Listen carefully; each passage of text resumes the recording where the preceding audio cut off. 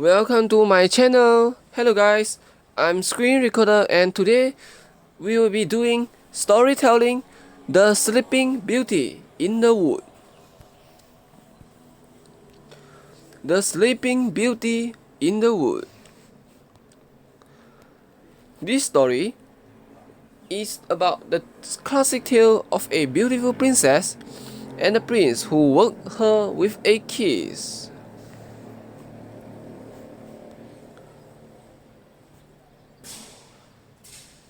They were formerly a king and a queen who were so sorry that they had no children. So sorry that it cannot be expressed. They went to all the waters in the world. Vows, pilgrimages always were tried, and all to no purpose. At last, however, the queen fell with child and gave birth to a daughter. There was a very fine christening, and the princess had for her godmothers all the fairies they could find in the whole kingdom. They found 7, and that every one of them might give her a gift, as was the custom of fairies in those days, and then by this means the princess might have all the perfections imaginable. After the ceremonies of the christening were over, all the company returned to the king's palace, where was prepared a great feast for the fairies.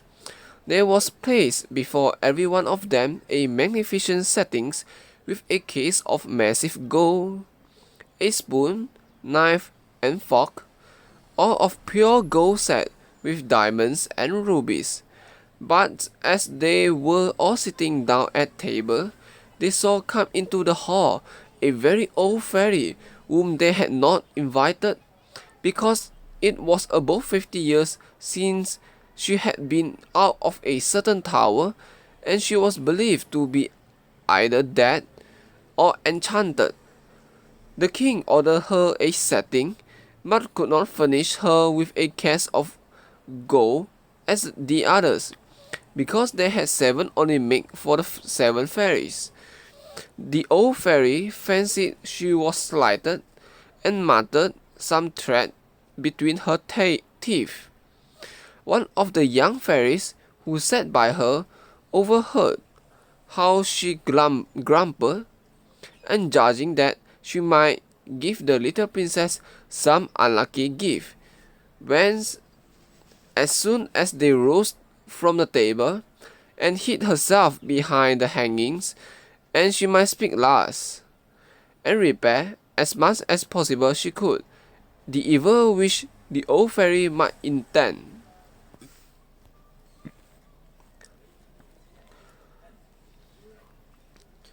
In the meanwhile, all the fairies began to give their gifts to the princess. The youngest gave her for a gift that she should be the most beautiful person in the world. The next, that she should have the wings of an angel. The third,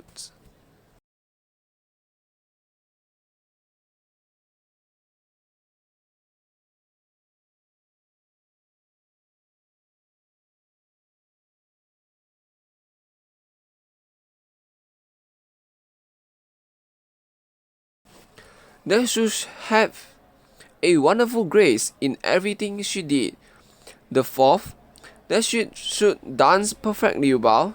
The fifth, that she should sing like a nightingale. And the sixth, that she should play upon all kinds of music to the utmost perfection. The old fairies then coming next, with a head shaking more with spite than age, she said that the princess should have her hand pierced with a spindle and die of the wound. This terrible gift made the whole company tremble, and everybody fell a-crying. At this very instant, the young fairy came out from behind the hangings and spoke these words aloud. "Be reassured, O king and queen. Your daughter shall not die of this disaster. It is true, I have no power to undo entirely what my elder has done. The princess shall indeed pierce her hand with a spindle, but instead of dying, she shall only fall into a profound sleep, which shall last 100 years, at the expirations of which a king's son shall come and awake her. The king, to avoid the misfortune foretold by the old fairy, caused immediately proclamations to be made, whereby everybody was forbidden, on pain of death, to spin with a distaff and spindle, or to have so much as any spindle in their houses. About 15 or 16 years late after, the king and queen being gone to one of their houses of pleasure, the young princess happened one day to divert herself running up and down the palace. When going up from one apartment to another, she came into a little room on the top of a tower, where a good old woman alone was spinning with her spindle. This girl woman had never heard of the king's proclamations against spindles.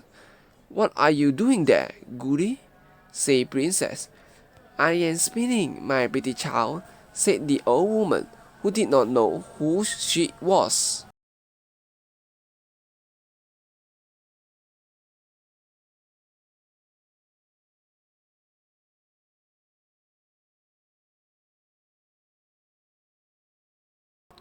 "Ha!" said the princess, "this is very pretty. How do you do it? Give it to me. I may see if I can do so." She had no sooner taken the spindle in her hand than, whether being very hasty at it, somewhat unhandy, or that the decree of the fairy had so ordained it, it ran into her hand and fell out in a swoon. The good old woman, not knowing very well what to do in this affair, cried out for help. People came in and every quarter in great numbers. They threw water upon the princess's face, unlaced her, struck her on the palms of her hands, and rubbed her temples with hungry water, but nothing would bring her to herself. And now the king, who came up at the noise, bethought himself of the prediction of the fairies, and judging very well that this must necessarily come to pass, seeing the fairies had said it, caused the princess to be carried into the finest apartment in his palace, and to be laid upon a bed all embroidered with gold and silver. One would have taken her for an angel. She was so very beautiful, for her swooning away had not diminished one bit of her complexion. Her cheeks were carnation, and her lips like coral. Indeed, her eyes were shut, but she was heard to breathe softly, which satisfied those about her that she was not dead. The king commanded that they should not disturb her, but let her sleep quietly till her hour of awakening was come.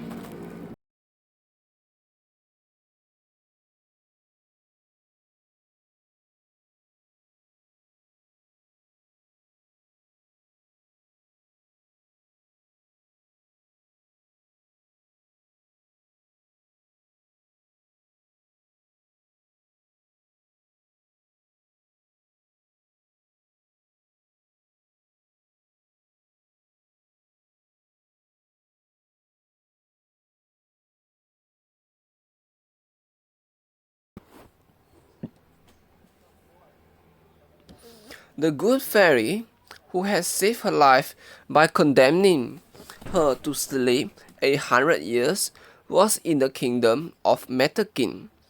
12,000 leagues off, when this accident befell the princess, but she was instantly informed of it by a little dwarf who had boots of 7 leagues, that is, boots with which he could tread over 7 leagues of ground at one stride. The fairy came away immediately, and she arrived about an hour after in a fiery chariot drawn by dragons. The king handed her out of the chariot, and she approved everything he had done, but as she had a very great foresight, she thought when the princess should awake, she might not know what to do with herself, being all alone in this old palace. So this was what she did. She touched with her wand everything in the palace, except the king and the queen, governesses, maids of honor, ladies of the bedchamber, gentlemen, officers, stewards, cooks, undercooks, scullions, guards, with their beef eaters, pages, footmen. She likewise touched all the horses which were in the stables, as well as their grooms, the great dogs in the outward court, and pretty little Mousy, too, the princess' little spaniel, which lay by her on the bed. Immediately upon her touching them, they all fell asleep, so that they would not awake before their mistress, and that they would be ready to wait upon her when she wanted them. The cook, roasting a spit at the fire, as full as they could hold of partridges and peasants, also fall asleep, and the fire likewise. All this was done in a moment. Fairies are not long in doing their business. And now the king and the queen, having kissed their dear child without waking her, went out of the palace and put forth a proclamation that nobody should dare to come near it. This, however, was not necessary, for in a quarter of an hour's time there grew up all round about the park such a vast number of trees, great and small, bushes and brambles, twining one within another, that neither man nor beast could pass through, so that nothing could be seen but the very top of the towers of the palace, and that too not unless it was a good way off. Nobody doubted but the fairy, in doing this, gave a sample of her arts, so that the princess, while she continued sleeping, might have nothing to fear from any curious people.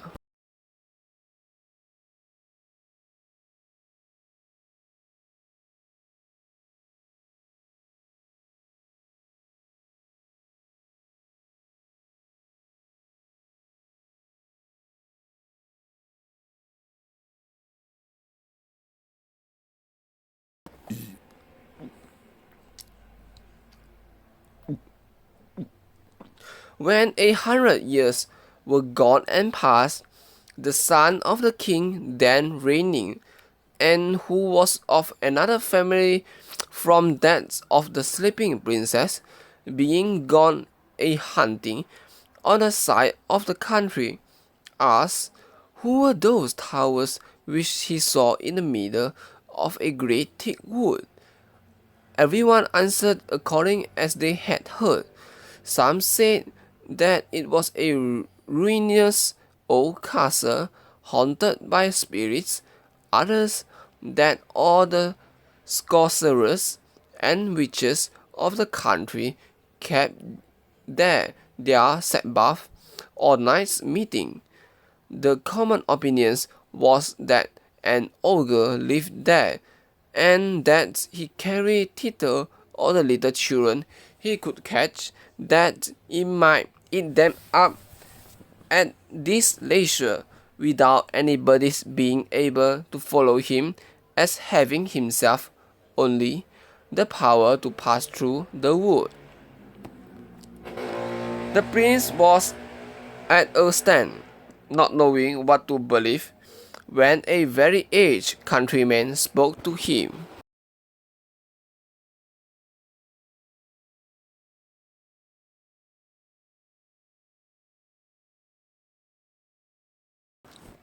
May it please your royal highness, it is now above 50 years since I heard my father, who had heard my grandfather, say that there then was in this castle a princess, the most beautiful was ever seen, that she must live there 100 years, and should be awaked by a king's son, for whom she was reserved.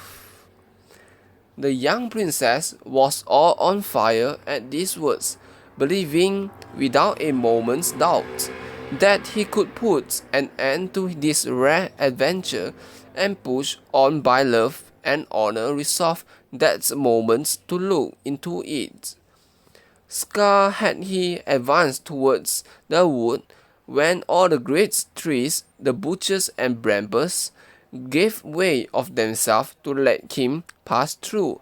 He walked up to the castle, which he saw at the end of a large avenue which he went into, and what a little surprise him was, that he saw none of his people could follow him, because the trees closed again as soon as he has passed through them. However, he did not cease from continuing his way. A young and amorous prince is always valiant. He came into a spacious outward court, where everything he saw might have frozen up the most fearless person with horror.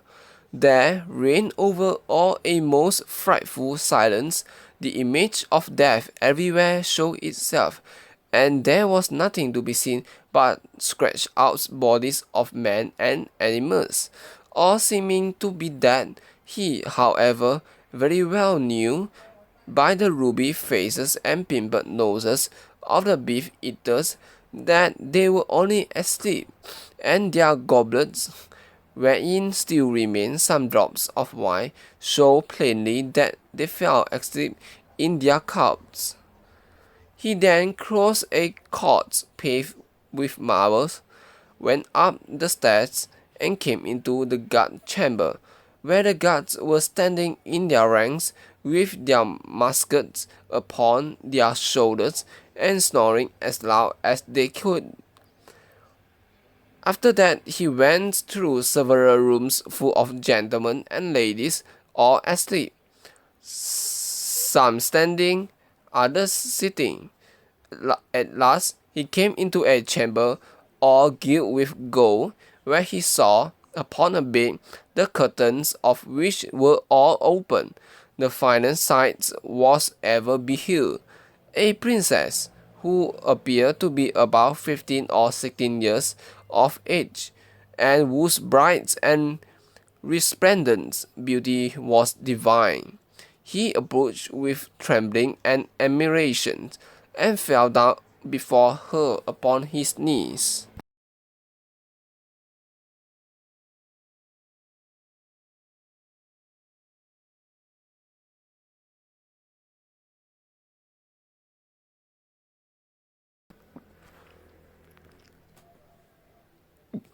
And now, as the enchantment was at an end, the princess awake, and looking on him with eyes more tender than the first view might seem to admit of, she said, "Is it you, my prince? You have tarried long." The prince, charmed with these words, and much more with the manner in which they were spoken, knew not how to show his joy and gratitude. He assured her that he loved her better than he did himself. His discourse was not well connected, but it pleased her all the more. It had little eloquence, but a great deal of love. He was more at a loss than she, and we need not wonder at it. She had a long time to think on what to say to him, for it is very probable, though history mentions nothing of it, that the good fairy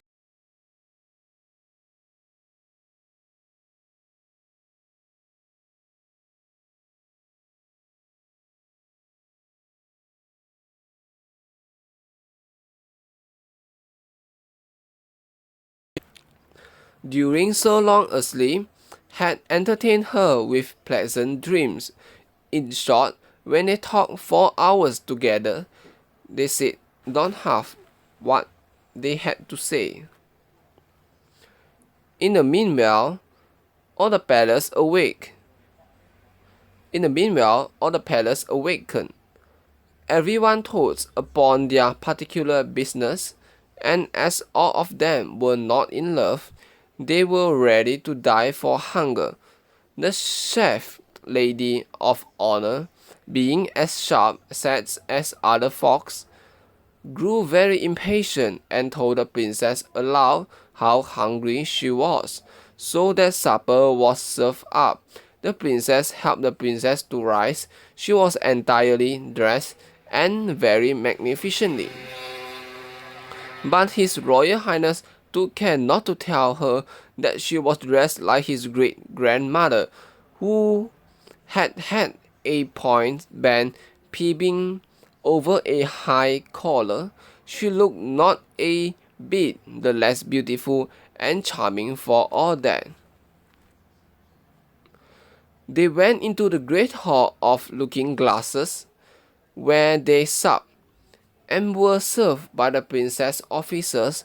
The violins and hautboys played old tunes, but very excellent, though it was now above 100 years since they had been played. And after supper, without losing any time, the Lord Almoner married them in the chapel of the castle, and the chef lady of honor drew the curtains. They had but very little sleep. The princess had no occasions, and the prince left her next morning to return into the city, where his father must have been anxious on his accounts. The prince told him that he lost his way in the forest as he was hunting, and that he had lain at the cottage of a collier who gave him cheese and brown bread. The king, his father, who was of an easy disposition, believed him, but his mother could not be persuaded this was true, and seeing that he went almost every day a-hunting, and that he always had some excuse ready when he had laid out 3 or 4 nights together, she no longer doubted he had some little amour. For he lived with the princess above 2 whole years, and had by her 2 children, the eldest of which was a daughter named Aurora, and the youngest, who was a son, they called Day, because he was even handsomer and more beautiful than his sister. The queen said more than once to her son, in order to bring him to speak freely to her, that a young man must take his pleasure, but he never dared to trust her with his secret. He feared her, though he loved her, for she was of the race of the augurs, and the king would never have married her. Had it not been for her vast riches, it was even whispered about the court that she had augurous inclinations, and that whenever she saw little children passing by, she had all the difficulty in the world to refrain from falling upon them and eating them up, and so the prince would never tell her one word.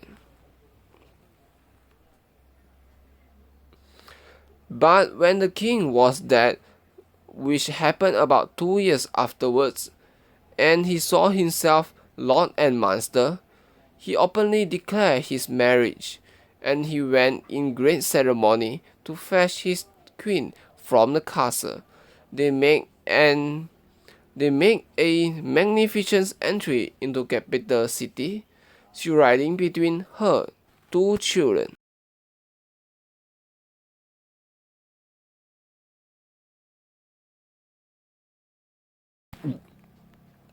Sometime after, the king went to make war with the emperor Canterbury, his neighbor. He left the government of the kingdom to his mother, the queen, and earnestly asked her to care for his wife and children. He was like to be at war all the summer, and as soon as he departed, the queen mother sent her daughter-in-law and her children to a country house among the woods.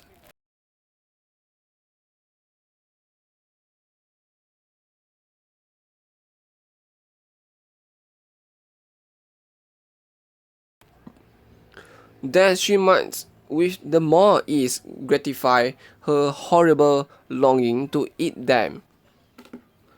"I will have it so," replied the queen, "and will eat her with a sauce Robert." Some few days afterwards, she went there herself, and said to her clerk of the kitchen, "I have a mind to eat little Aurora for my dinner tomorrow." "Ah, madam," cried the clerk of the kitchen, "I will have it so," replied the queen, and this she spoke in the tone of an ogress, where had a strong desire to eat fresh meat, "and will eat her with a sauce Roberts. This is a French sauce, made with onions shredded and boiled tender in butter, to which is added vinegar, mustard, salt, pepper, and a little wine." The poor man, knowing very well that he must not play tricks with ogresses, took his great knife and went up into little Aurora's chamber. She was then 4 years old, and came up to him jumping and laughing, to take him about the neck, and ask him for some sugar candy, upon which he began to weep. The great knife fell out of his hand, and he went into the backyard, and killed a little lamb, and dressed it with such good sauce, that his mistress assured him she had never eaten anything so good in her life. He had at the same time taken up little Aurora, and carried her to his wife to conceal her in the lodging he had at the end of the courtyard. About 8 days afterwards, the wicked queen said to clerk of the kitchen, "I will sup upon little day." He answered not a word, being resolved to cheat her as he had done before. He went to find out little day, and saw him with a little foil in his hand, with which he was fencing with a great monkey. The child being then only 3 years of age, he took him up in his arms and carried him to his wife, that she might conceal him in her chamber along with his sister, and in the room of little day cook up a young kid very tender, which the ogress found to be wonderfully good.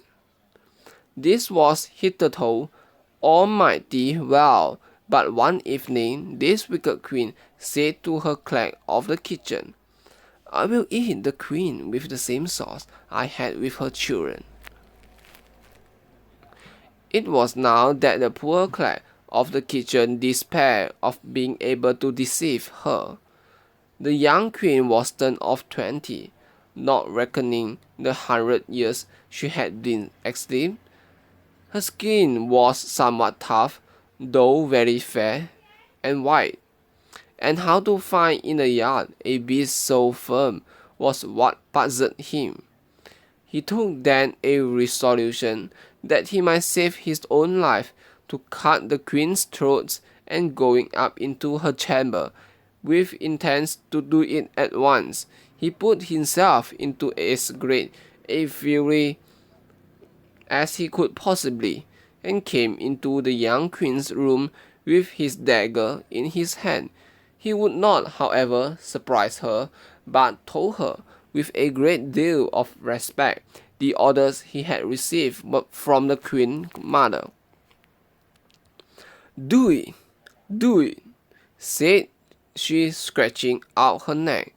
"Execute your orders, and then I shall go and see my children, my poor children, whom I so much and so tenderly love." For she told them that ever since they had been taken away without her knowledge. "No, no, madam," cried the poor crag of the kitchen, all in tears. "You shall not die, and yet you shall see your children again, but it must be in my longings, where I have concealed them, and I shall deceive the queen once more by giving her in your stead of a young hen." Upon this, he forthwith conducted her to his chamber, where leaving her to embrace her children, and cry along with them, he went and dressed a hen, which the queen had for her supper, and devoured it with the same appetite, as if it had been the young queen. Exceedingly was she delighted with her cruelty, and she had invented a story to tell the king at his return how ravenous wolves had eaten up the queen his wife and her 2 children. One evening, as she was, according to her custom, rambling round about the courts and yards of the palace to see if she could smell any fresh meat, she heard in the ground room little Day crying, for his mamma was going to whip him because he had been naughty, and she heard at the same time little Aurora begging pardon for her brother. The ogress presently knew the voice of the queen and her children, and being quite mad that she had been thus deceived, she commanded next morning by break of day, with a most horrible voice, which made everybody tremble, that they should bring into the middle of the great court a large tub, which she caused to be filled with toads, vipers, snakes, and all sorts of serpents, in order to have thrown into it the queen and her children, the clerk of the kitchen, his wife, and maid, all whom she had given orders should be brought there with their hands tied behind them.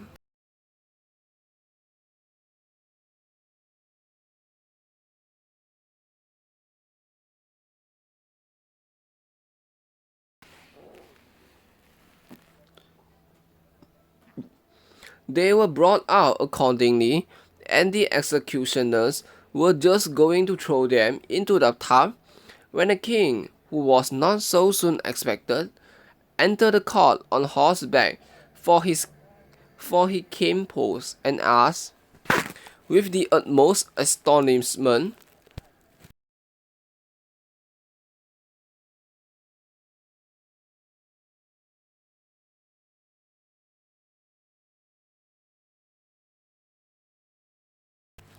what was the meaning of that horrible spectacle. No one dared to tell him, when the ogress, all enraged to see what had happened, threw herself head foremost into the tub, and was instantly devoured by the ugly creatures she had ordered to be thrown into it for others. The king could not help but be very sorry, for she was his mother, but he soon comforted himself with his beautiful wife and his pretty children. This is the end of storytelling, The Sleeping Beauty in the Wood. So last but not least, remember to subscribe to my YouTube channel, like my video, share my video, and click on the bell. When you click on the bell, remember to turn on the notification as well. Comment below for any story or opinions or anything you would like to tell me or you would like to see on my next video. Just comment below. We'll see you on the next video.